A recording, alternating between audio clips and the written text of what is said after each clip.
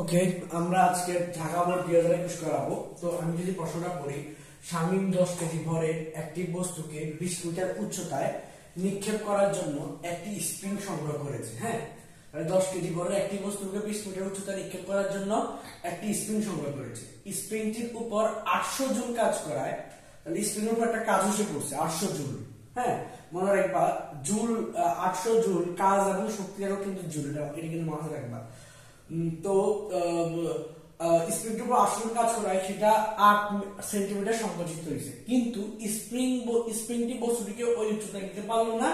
শামীম তখন স্প্রিংটিকে আরো সংকুচিত করলো যেন বস্তুটি ওই উচ্চতায় নিক্ষেপ করতে পারে। আচ্ছা, এই প্রশ্নটা অধিকটা বুঝলাম। গরিবতে বলা হচ্ছে স্প্রিংটির উপরে কৃতকাজ যদি বস্তুর উপর করা হয় তবে বস্তুটি ভূমির সমতলে কত দূরত্ব অতিক্রম করবে তা নির্ণয় করো। বস্তুর উপর প্রযুক্ত বল 20 নিউটন। তা আমরা আগে লিখবো এখানে বস্তুর উপর প্রযুক্ত বল 20 নিউটন। আমরা আগে লিখবো এখানে বস্তুর উপর প্রযুক্ত বল F = 20 নিউটন। হ্যাঁ, তারপরে কৃতকাজ যদি বস্তুর উপর করা হয় তবে বস্তুটি, তো কৃতকাজ বলছে না, কৃতকাজ কত করছে বস্তুর উপরে 800 জুল। হ্যাঁ, তো কাজ মানে W কাজ মানে কি W। আমরা লিখবো কৃতকাজ W কত 800 জুল। 800 জুল। আমরা সবাই একটা সূত্র জানি, কাজ W = Fs। আর তুমি বলতে পারো স্যার Fs কিভাবে হয়? তোমরা অবশ্যই জানো কাজ কাকে বলে। কোন বস্তুর উপর বল প্রয়োগে বস্তু যদি বলের দিকে সরণ ঘটে তখন বল ও সরণের গুণফলকে কি বলা হয়? কাজ বলা হয়। এই যে বল এবং সরণের গুণফলকে কি বলা হয়? কাজ বলা হয়। সো এখান থেকে আমাদের তো বার করতে হবে কি, আমাদের বার করতে হবে কত দূরত্ব অতিক্রম করতে হবে, S এর মান। তো এই 800 তো এখানে আছে, F এর গুণাকার আছে, পাশে ভাগাকার হবে। তো 800 ভাগ এই এত মান কত 20, ভাগ করে যাওয়ার তা উত্তর। ঠিক আছে, ভাগ করলে তুমি যদি পাও এখানে 0 0 কাটা 40 × 80 তার মানে 40 মিটার। S এর মান কত মিটার? 40 মিটার। গড়গড় খুব ইজি ছিল।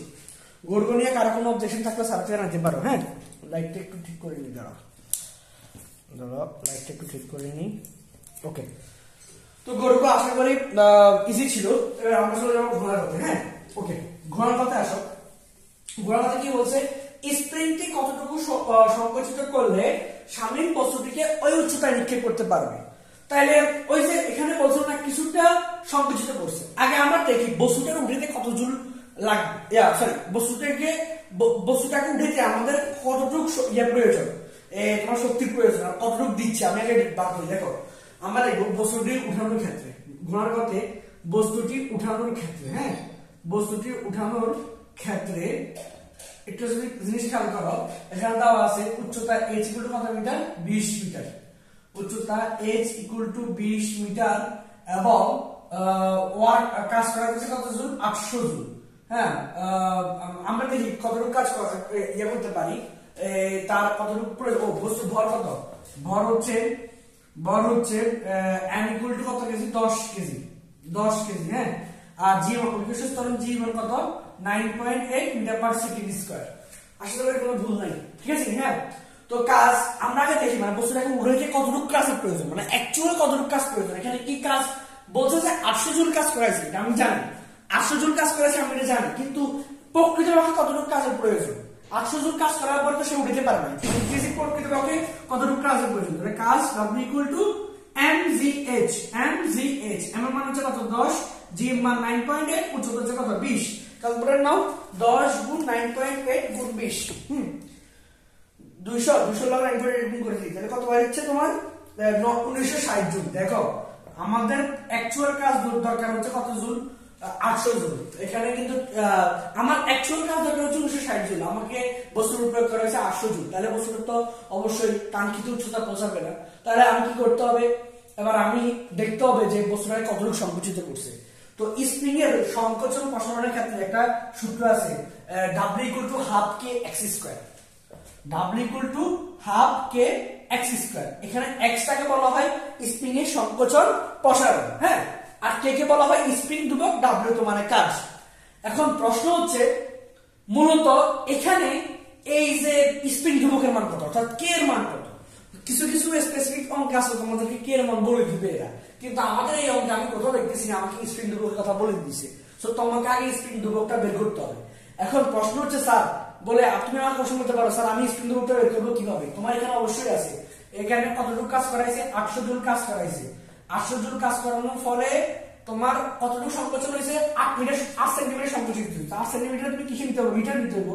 8 সেন্টিমিটার মিটার নিতে হলে কত ভাগ করতে হয়? 100 দ্বারা, আর উপর স্কয়ার ছিল স্কয়ার দিবা। খুব ইজি। এখন এখান থেকে তুমি বলতে পারবা যে স্প্রিং ধ্রুবকটা কত ছিল। ঠিক আছে, এটা এখানে দুইটা ভাগাকার আছে, পাশে গুণে যাবে। 800 গুণে কত? 1600। আর এখানে আগে 8/100 করো, তারপর হোল স্কয়ার দিও। 8 ভাগ কত? 100 যা বাইরেছে তার উপর আমি যদি হোল স্কয়ার দিই কত বাইরেছে? 6.4 গুণ 10/3। 6 মিস করে বলছি, 6.4 গুণ 10/3। সাথে আছে কে, এটা গুণাকার আছে, এর পাশে গেলে 1600 নিচে ভাগাকার হবে। তাহলে 6.4 গুণ 10/3 ইকুয়াল টু কত? কে। তো 1600 ভাগ করে দাও, 1600 ভাগ आंसर কত বাইরেছে আমার? কে বাইরেছে কত? 25004টা। এই এতটুকু বাইরেছে 25004টা। এটা হচ্ছে তোমার স্প্রিং ধ্রুবক। হ্যাঁ, তো স্প্রিং ধ্রুবক কি পাইছো? তো বল স্যার এবার আমি কি করব? আবার তুমি একটা সূত্র জানো, W = হাফ কে। এখন বা আবার লিখতে পারো W = কত? হাফ কে x স্কয়ার। কিন্তু এখন তোমারে ওইটাকে তোমার জায়গা মতো বের করে কতটুকু শক্তির প্রয়োজন বলছি আমি? 1960 জুল। তুমি দেখো 1960 জুল। 1960 জুল হলে হাফ তো আছে, কে এর মান তো পাইছো 25 দিয়া 0 কয়টা? 4টা।